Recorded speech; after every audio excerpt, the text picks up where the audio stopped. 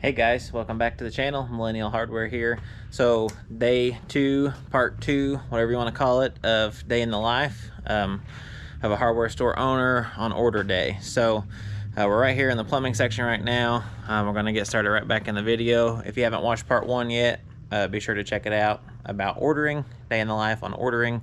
So here we go guys, stay tuned. Let me get into some of this plumbing here we were talking about. So, for example, this tag. So this tells us lots of information. But basically, right here in the corner, it says 50. So that's telling us that's how many of those come in a box. If you look down through here, there's a 1/2-inch CPVC-T. It says 20. So that's the quantity. I don't know how well y'all can see that, but that's the quantity it takes to get a package or a full box of those. Here is, which we need those, CPVC 3/4-inch caps. So basically that's a pack of 10. So 10 of those gets us a pack. Now, another thing I'll show you on those. I don't know why that won't clear off there. Anyway, there's a little bitty X right there after the number. 1684X. So if that X is present, it means you have to buy whatever this number is, which is 10. You have to. You can't get less than that. Let me go back to the, let's see here. Okay. So this one here, we have a 10 over here. We have a 50. We have a Y. There's no X there. That's a Y. So that means, yes, we can buy any quantity we want. 50 is a full box. Last time I got them, I got 10. That's why there's a 10 there. So I don't have to buy 50. Sometimes they make you buy a full box because they don't want to count them. They don't want to split them up. My company is really, really good about splitting stuff up. Being a small store especially, sometimes we don't need 50 of something. Sometimes we don't need 10 of something. Sometimes we don't need 5 of something, you know. Like a water heater, for example. Right now they're $500. Electric water heater. You know, I order one at a time unless we've got them special ordered. I have got as many as 7 or 8, you know, at a time, depending on what's there. But my point is, you don't have to. They give us the choice. If we want to buy one, we can. If we want more than that, we can. So here, and again, this is a large. So 110, that bottom right side. 110 is the case quantity on that one. So that's a lot of 1.5-inch elbows. That would be a big box, maybe multiple boxes, I don't know, maybe a pallet. So chances are I'm never going to order 110 of those, but I will take 6 today. That's kind of how that works. Now anything can be scanned on the computer up there and check. It'll give us all that information up there, how many we have to get, how many we can get. We get a little bit better price usually when we buy a full case, so that's one benefit of it. If we're gonna sell them soon, you get a little bit of a discount for buying a full case. So on those, the tags, that's just a time-saving thing. Gives you some codes, some numbers, some letters to look at, and you know while you're here scanning, you don't have to run up there to the counter. You know how many you have to get in some instances. You know how many you could get in a case. You know sometimes you can get whatever you want. So it's nice, it saves time, because we would be here, honestly. I mean, you can look down this aisle alone. There's hundreds of SKUs in this one section.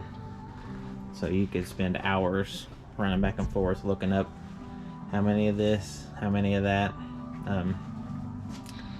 You know, what the price difference is. There is a little bit of a cheat on here too. You can see my cost, what I have to pay for a certain item. I'll give you an example right here. So that's $3.79 is a retail price. Well, my cost, what the item actually cost me, what I paid for it, is also on that tag. It's in code. I know what it is. I'm not going to share this because other customers might come in here, but it is there. The downside of this, especially here in the last couple of years with COVID and the price increases everywhere, every week, you know, we get tons of stuff goes up in price. So that's one negative of the tags, because that tag, whenever it was put on the shelf, that's the code that's on there. That's the cost of our that was our cost. We paid for that item then. The new cost might be more than the retail even is, and we face that a lot sometimes. We do face it a lot, where we sell, for example, let's just say a can of glass cleaner. So say we had it on the shelf here, it sat here for 6 months, we sold it for $2.99. Well, when we go to reorder it, the new retail, we'll just say, for example, it's $3.49 right now, but let's say it was $5. Well, we just sold it for $2.99, and it costs us more than that to buy it now. And we face that a lot. It's aggravating, because prices are changing so fast and so much at a time.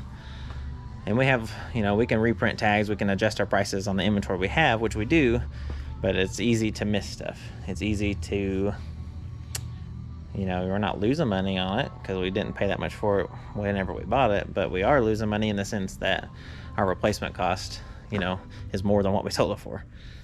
So that's a downfall. You don't make any money doing that. It feels like a waste sometimes whenever you sell something for $5. You go to reorder it and it costs you $6, and the new selling price is $8. So that happens. It's just part of it sometimes. Of course, nobody ever wants to do that and stay in business, but like I said, it does happen. We try to prevent it as much as we can by staying up on stuff. And little stuff, it's not as big of a deal. I mean, if you lose a few cents here and there sometimes on your replacement cost, it's not too bad. But you take something like a water heater, like we talked about, $500. That's, sometimes you don't make much money on the big stuff too, especially power tools. Those are your least profitable for the store.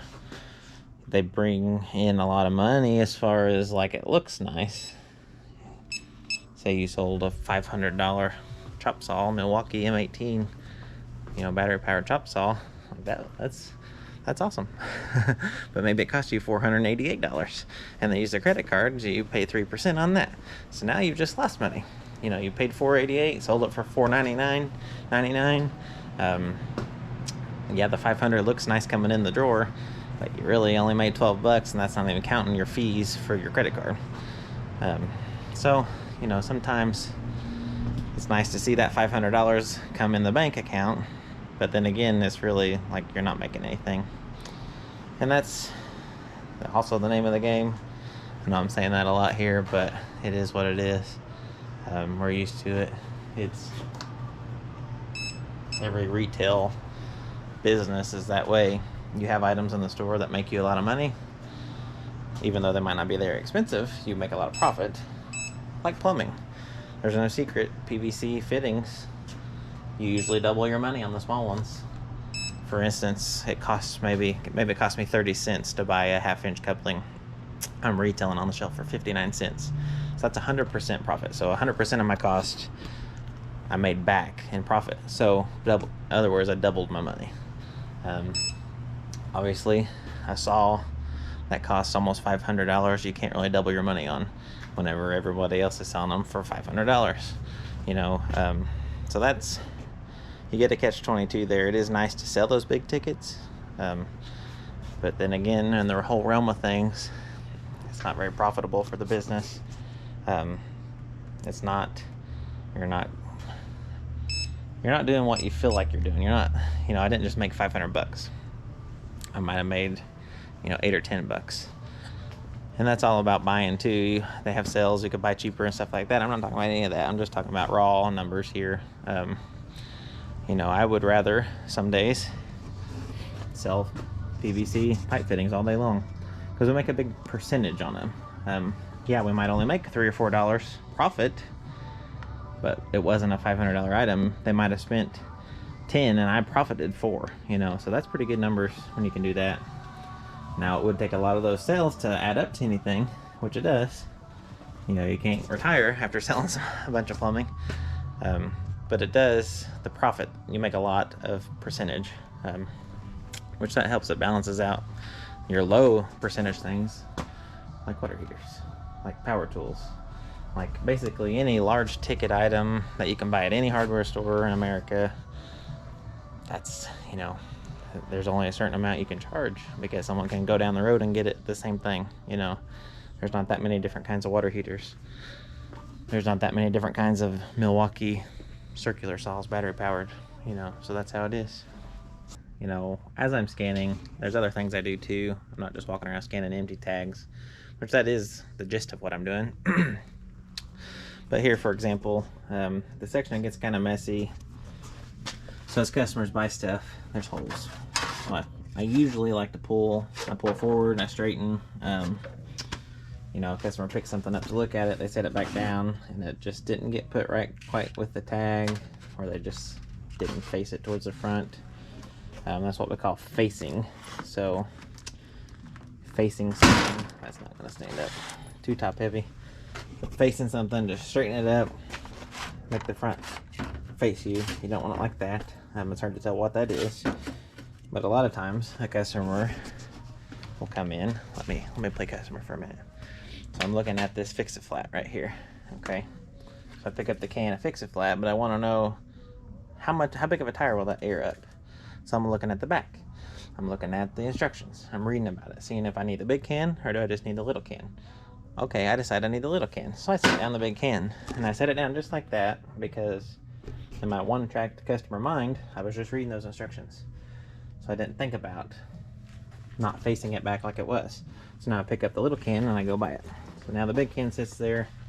I should have actually set it back here. That's more like it. So the next customer comes along and they want a can of Fix-A-Flat. Well, first of all, there's two prices, two sizes. Well, they don't know which size that is. First of all, they don't even see the Fix-A-Flat at first because it's facing backwards, but they do find it. And then now they don't know the price, so they come up front to pay for it. And we know now it was $14.99, but they come out and say, well, there's a tag that said $9.99. You say, okay, I'll check it out and see. You know, I believe you. I'm not saying you're a liar. So we come back here, and it probably was sitting in the middle. It probably was sitting in a bad spot. It wasn't lined up, which it was when we stocked the shelves. But the customers come through, they're looking at stuff, they're reading instructions, and that's just a human for you. Most people don't think about the retail point of view. So as I'm coming through, scanning items, ordering, I'm also straightening, matching up tags. So I'll scan my empties here, but I'm also doing other things too. Like this one, this tag is sticking straight up. So I'm gonna fold it down so a customer can see it easily. It's very easy for a customer to blame us, the worker, for not being able to see its price. Well, it wasn't marked. It wasn't this, it wasn't that. And sometimes things aren't marked. You know, it does happen where a tag gets lost, a tag falls off, a tag just doesn't get put on to start with. It's not uncommon. It does happen. We don't like it to, but it does. However, 9 times out of 10, this is the case. Here's the tag sitting just like that. So they're short, it's at their eye level. They're like, how much is that? I don't know. I don't see, it's not marked. Well, it is marked. It's just, it got flipped up because the last person that took one knocked it off like this, and it flipped up. So 9 times out of 10, that's all it is. The tag's flipped up. They didn't see it. They didn't look very hard, but they didn't see it. Therefore, they said it wasn't marked. It wasn't priced. Okay, perfect example. I did not stage this, okay? I did not stage this. I almost just fixed it without even thinking. So this is exactly what I'm talking about. So we have Decon. There's a 3-pack, there's a 12-pack, there's a 6-pack. So someone was reading on here and just set it up totally backwards, a customer, which is fine, it happens, but that's exactly what I'm talking about. It's hard to see. I know what it is because I just read the tag. So most customers can't make out these tags. They're briefed, come on here. They're summarized, you know, they're shortened, they're whatever. So not only have they turned that one backwards, they knocked all the others down behind it. So we'll restand that, straighten this one up, like up here. I'm gonna pull that box out and straighten it. You can get as tedious with this stuff as you want. I don't worry too much about it. Like here, straighten that up, pull this out, just make it look nice. And sometimes you run into these boxes, they fall over easy and they're not even going to stay, so I'll leave them laid down. That just happens. That's a manufacturer's problem when they manufacture something and it doesn't stand up. So that was a perfect example of, I'm gonna get busy talking here and not reorder these empties. Perfect example of a customer not facing the item the correct way whenever they read the back. Now water hose parts, we are selling some. You know, people's will freeze and bust. They're trying to water the animals, or, you know, straighten up clean something maybe, or whatever. So they are buying some water hoses, some nozzles, because theirs are freezing and busting, they're wearing out, they're going bad, they lose them, whatever. So we'll keep a small amount of those on hand. This kind of stuff is pretty slow. Loppers, shears, I'm not going to order these because they're just going to sit here for several months anyways.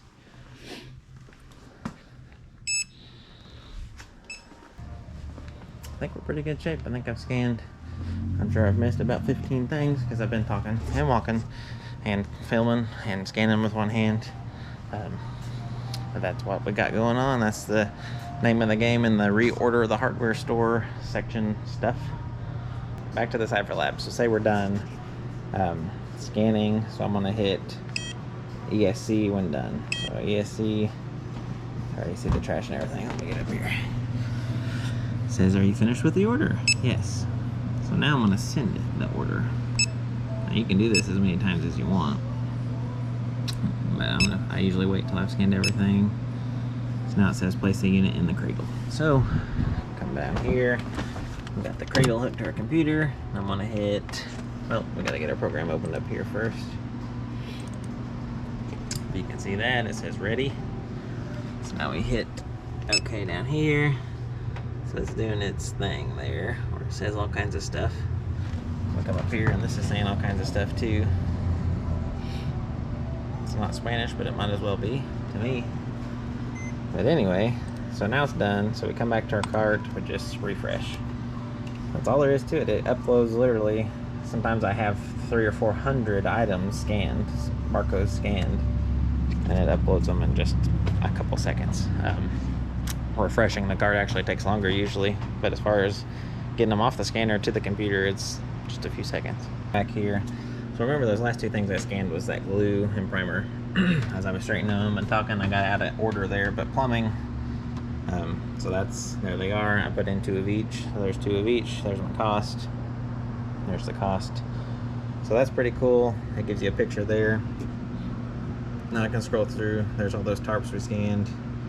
There's the water hose nozzles, there's the mole killer, ant killer, potting soils we ordered. So basically, as you see, electrical, plumbing. So I know I jumped around a lot because I was filming. I did scan other stuff off camera, that wasn't all we ordered, but so basically it just compiles a list, and it does put them in order of how you scanned them. So normally I would go do all my electrical first. I would scan every electrical item in the whole aisle that we need, and then move on to plumbing or whatever. Do all the plumbing aisle, then move on to hardware. And that's how I would normally order. It just makes it easier when you come back to the computer. Now we're in tools, so if you have, you know, kind of in order, it just makes it easier when you're looking through stuff. You do all your plumbing at once, you do all your electrical at once. I don't know, just a preference. Now today I did jump all over the place, so we've got plumbing here, we've got plumbing there, and that's fine. I mean, it's still on here. It's still gonna get ordered. It's still gonna come mixed up in a big fat tote mess when it comes. So they don't sort it from the company. They throw it all in boxes and send it. Plumbing's mixed with electricals, mixed with hardware's mixed with, you know, paint, stain, whatever, which is fine. You know, that's our job, is to sort it. So, but yeah, so there's all kinds of stuff we ordered, everything we scanned. It all pops up on the computer here, so we can look at it if we want, which I do. I go through it, see what all we got. I adjust the quantities. I adjust, say I punched in to order 6 of something. Well, if we order 10, we get a discount. So then I might go ahead here on the computer, I might go ahead and decide, okay, you know, 10 we get a discount, so I'll just go ahead and make it 10 instead of 6. So things like that, just, you know, that's really preference almost, but it's also, you could save some money too by doing that. So I'll scroll through everything, and sometimes I might do it 10 times. I might scroll through, let's see here, we've got 139 items in our cart. So that's not actual items, that's SKUs. So like if we order 2 of everything, that's not counting that second one of everything. If we order 10 of something, that's not counting all 10, that's just counting each SKU as one item. So we have 139 different things and then multiples of those things. So I mean, it doesn't tell me how many total we have, but we have 139 items in your cart, totaling that. That's my cost. Now this order isn't finalized. We have the rest of the day still to sell stuff and to place the order. So I'll wait, I'll leave it in the cart until, you know, later in the day. I'll add to it, subtract from it, adjust quantities and so on the rest of the day. But at least, you know, I know everything in the store is scanned. The empty hooks, the empty spots are scanned and they're on the computer. So now I can kind of, these last few hours of the day, I can keep track of what we sell. And then I can either order it, or I can run back and see if we need to order it, if we have more or whatever. That's kind of how I do it. But anyway, guys, thank you for watching. I apologize. I know I've been everywhere, all over the place. We got interrupted with the customer. We got interrupted with the delivery this morning, which is fine. I'm not complaining about those interruptions. But for filming and YouTube purposes, it does seem funny to jump around, jump back and forth, but that's how my day in the life goes. You know, that's, some days I'm doing stuff I didn't think I would do.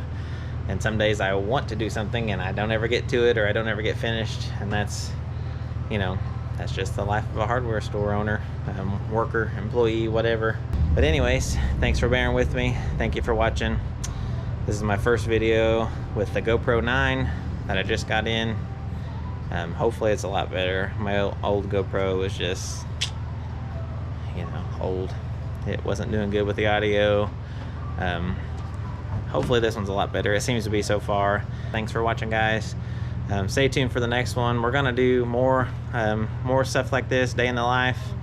Like I said, I'm a school bus driver too, so I want to get some of that in there. I do all kinds of stuff, so just stay tuned, subscribe to the channel, please. Like the video, you know, yada yada, pina colada. Have a good day, guys.